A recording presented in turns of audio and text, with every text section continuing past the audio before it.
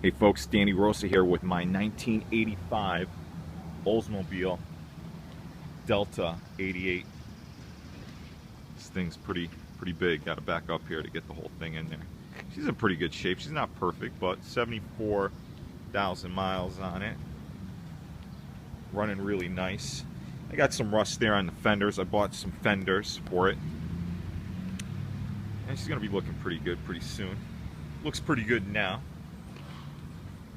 Grill. This car was hit.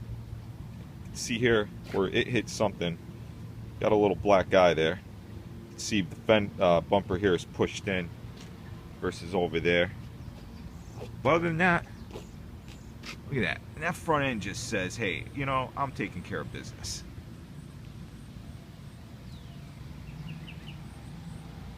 Little angle shot here. Yeah, I don't know. This car is not rusty. I mean, for a Northeast car, Connecticut car, it's not rusty. The fenders took a hit though. I don't understand. A lot of rot right there. A lot of rot right there. And this car's been repainted. Underneath, the frame is beautiful, and underneath the undercarriage is beautiful too. Also, this car was hit in the back here too. I don't know if you can see it, but I noticed it was hit, you know, nothing major. I mean, you barely notice it because it's got these big metal bumpers, but I think if you look at it over here, you could see on the right hand side the bumpers pushed up a little.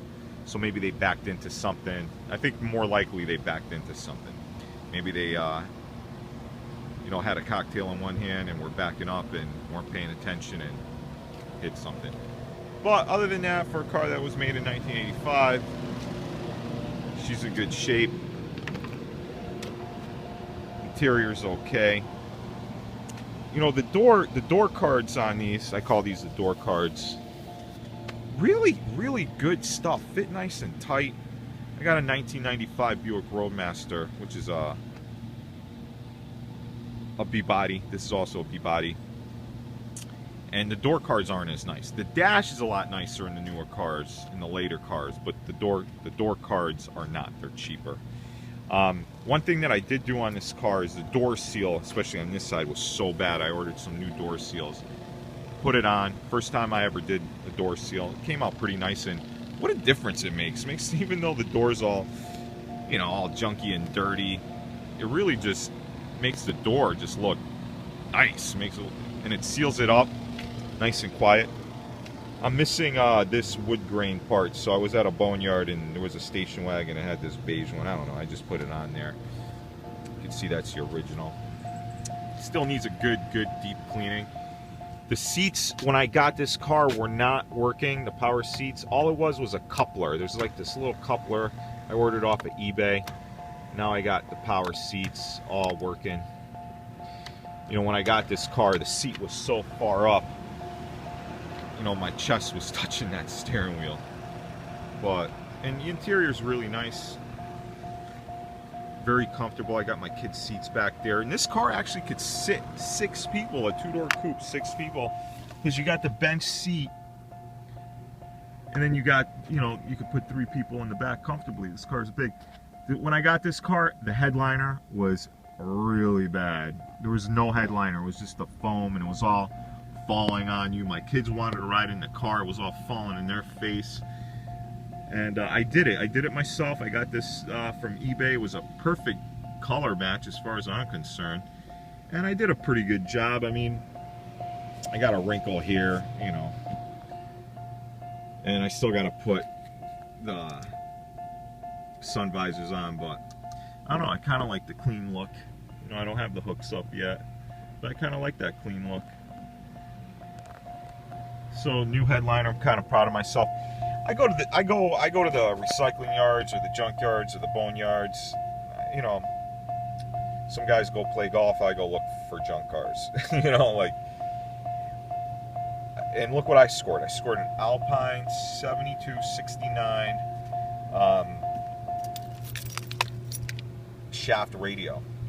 Now, I didn't realize, I went on eBay after, anyways, I was at the boneyard looking for parts for this car, And then I saw this in the car, and I pulled it out, and it was a, you know, pick your own place, and I got like a hinge for the hood and some other miscellaneous parts. The guy didn't even know how to price it. It was all like just miscellaneous parts, right?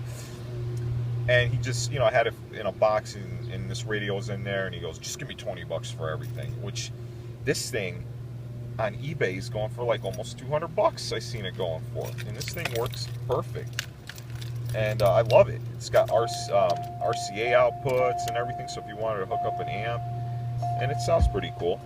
I still have the original speakers in here, and I went to Goodwill, and I even bought some like 80 tapes just to make it nostalgic. And it's pretty cool. Everything works in this car. Let's get out of here because this guy's mowing the lawn. Starts right up every time. Right now, which is nice. She always did. Had a guy give it a tune-up, and he's really familiar with these computer-controlled carburetors and all the vacuum lines, and changed all the spark plug wires, and she goes pretty good. I know I got a little bit of sun here, but look at that hood. Nice and long, with a big emblem on it so you can aim it, point and shoot. And when you're coming down the road, you're telling people in this car, you're telling people you mean business. There's no pussyfooting around in this car, that's for sure. And that's it. I mean, we could take her on the highway, but the on-ramp's kind of far from here. But one thing about this car, a lot of people say this car is underpowered, or this engine, this 307 engine's underpowered. It really isn't underpowered for what it is. Now, if you're trying to run 9-second quarter miles, yeah, it's underpowered, okay? I don't get what, but in city traffic, like right now I'm in Hartford, Connecticut, I mean, I do fine in it, and I wouldn't hesitate driving this car down to New York City and driving this car in the city. It's got plenty of power for just normal driving, and I cruise on the highway easily 75 miles an hour, and it gives me great gas mileage for what it is. I mean, you know, compared to a Prius, yeah, you're not going to get that kind of gas mileage, but yeah, I picked this car up for $1,000. I could buy a lot of fuel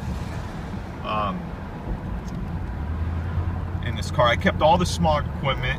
Everything's on there, the air pump, everything. My mechanic, who is an expert on these cars, told me that it actually recirculates unburnt fuel back into the system, and it burns it. So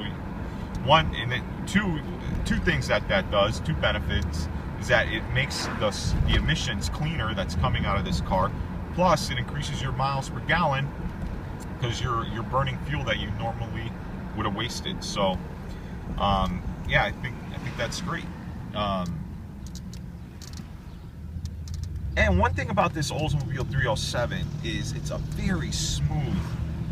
Yeah, I don't know how to describe it. It's just very, very, very, very smooth. Very smooth.